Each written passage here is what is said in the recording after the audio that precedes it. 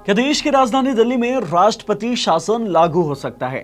यानी कि क्या केंद्र सरकार दिल्ली की आम आदमी पार्टी की सरकार को रद्द करके यहां राष्ट्रपति शासन लागू कर सकती है?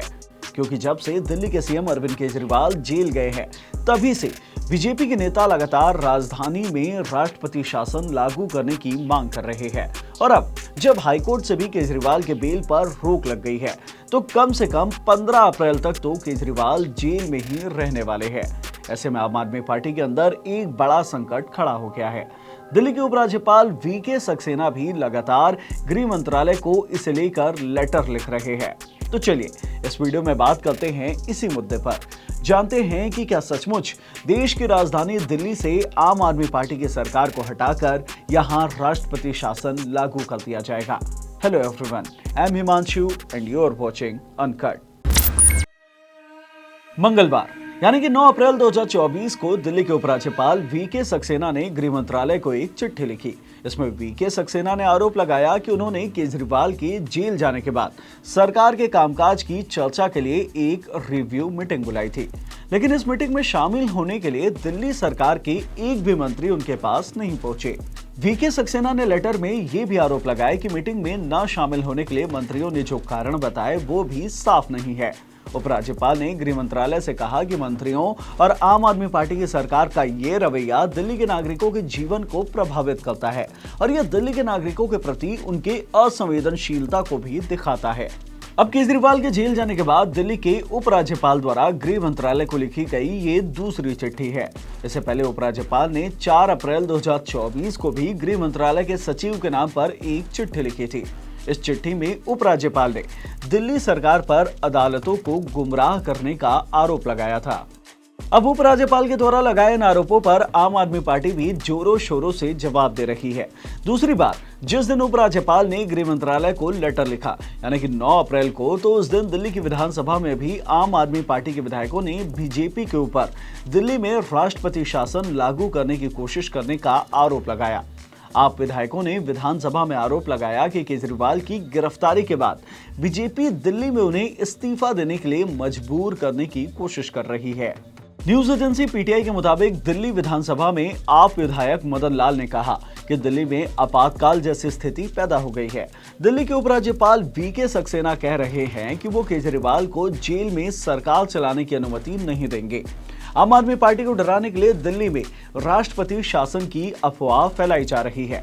कोई भी कानून केजरीवाल को जेल से सरकार चलाने से नहीं रोक सकता है। अब ये तो हो गई आरोप प्रत्यारोप और राजनीति की बात। अब ये जानने की कोशिश करते हैं कि क्या सचमुच दिल्ली में राष्ट्रपति शासन लागू हो सकता है। आखिरकार इसके कितने चांसेस हैं?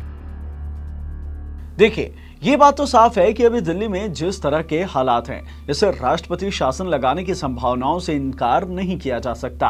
और तो और केजरीवाल की गिरफ्तारी के बाद दिल्ली के उपराज्यपाल वीके सक्सेना ने कार्यक्रम में कहा था कि मैं दिल्ली के लोगों को आश्वस्त करना चाहता हूं कि जेल से सरकार नहीं चलेगी। उपराज्यपाल के इस बयान को दिल्ली में राष्ट्रपति शासन लागू करने के संकेत के तौर पर देखा जा रहा था। और तो और केजरीवाल की गिरफ्तारी के बाद उपराज्यपाल 2 बार गृह मंत्रालय को पत्र लिखकर ये बता चुके हैं कि दिल्ली के हालात ठीक नहीं है। ऐसे में ये जान लेते हैं कि राष्ट्रपति शासन के लिए संविधान क्या कहता है।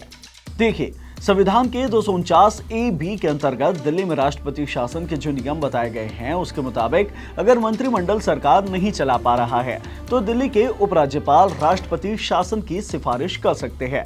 अनुच्छेद 239A भी राष्ट्रपति को विधानसभा को निलंबित करने या पूरी तरीके से भंग करने का भी अधिकार देता है। इसके अलावा राष्ट्रपति चाहें तो दिल्ली के सुचारू कामकाज के लिए कानून भी बना सकते हैं। अब आप समझ गए होंगे कि मंत्रिमंडल की बैठक बुलाने के बाद भी जब मंत्री राज्यपाल के पास नहीं पहुंचे तो राज्यपाल ने इसे लेकर एक चिट्ठी लिख दी, जो एक ग्राउंड तो बन सकता है, लेकिन इसे लेकर भी एक पेंच है। दिल्ली में आप सरकार में मंत्री हैं सौरभ भारद्वाज। उनका दावा है कि उपराज्यपाल के पास बैठक बुलाने का अधिकार ही नहीं है। लेकिन जानकारों का मानना है कि जेल में रहने के बाद भी केजरीवाल अगर मुख्यमंत्री बने रहते हैं तो दिल्ली में आगे क्या होगा, ये सब कुछ उपराज्यपाल पर निर्भर करेगा। अगर उपराज्यपाल को लगेगा कि मुख्यमंत्री के जेल में रहने के कारण सरकारी काम प्रभावित हो रहे हैं, तो उपराज्यपाल अनुच्छेद 239A(b) के तहत राष्ट्रपति शासन लागू करने की सिफारिश कर सकते हैं। अब इसमें एक और सीन है। चलो मान ले कि दिल्ली में राष्ट्रपति शासन लागू करने की सिफारिशें कर दी गई है, तो फिर आम आदमी पार्टी के पास क्या विकल्प बचता है? क्या इस फैसले के खिलाफ आम आदमी पार्टी कोर्ट जा सकती है? तो इसका जवाब है जी हाँ, क्योंकि केजरीवाल के ऊपर इस्तीफा देने का किसी भी तरह का कानूनी दबाव नहीं है और ऊपर से केजरीवाल की जो पार्टी है वो विधानसभा में बहुमत में भी है। भारतीय राजनीति में ऐसा एक पहले भी मामला सामने आ चुका है। ये मामला है कर्नाटक के एस.आर. बोम्मई सरकार का। साल 1994 में उस वक्त कर्नाटक के गवर्नर रहे पी. वेंकट सुब्बैया ने उनकी सरकार को अल्पमत में बताकर बर्खास्त कर दिया और फिर राष्ट्रपति शासन की सिफारिशें कर दी। लेकिन इसे लेकर बोम्मई पहले हाईकोर्ट गए और फिर इस फैसले को सुप्रीम कोर्ट में चुनौती दे दी।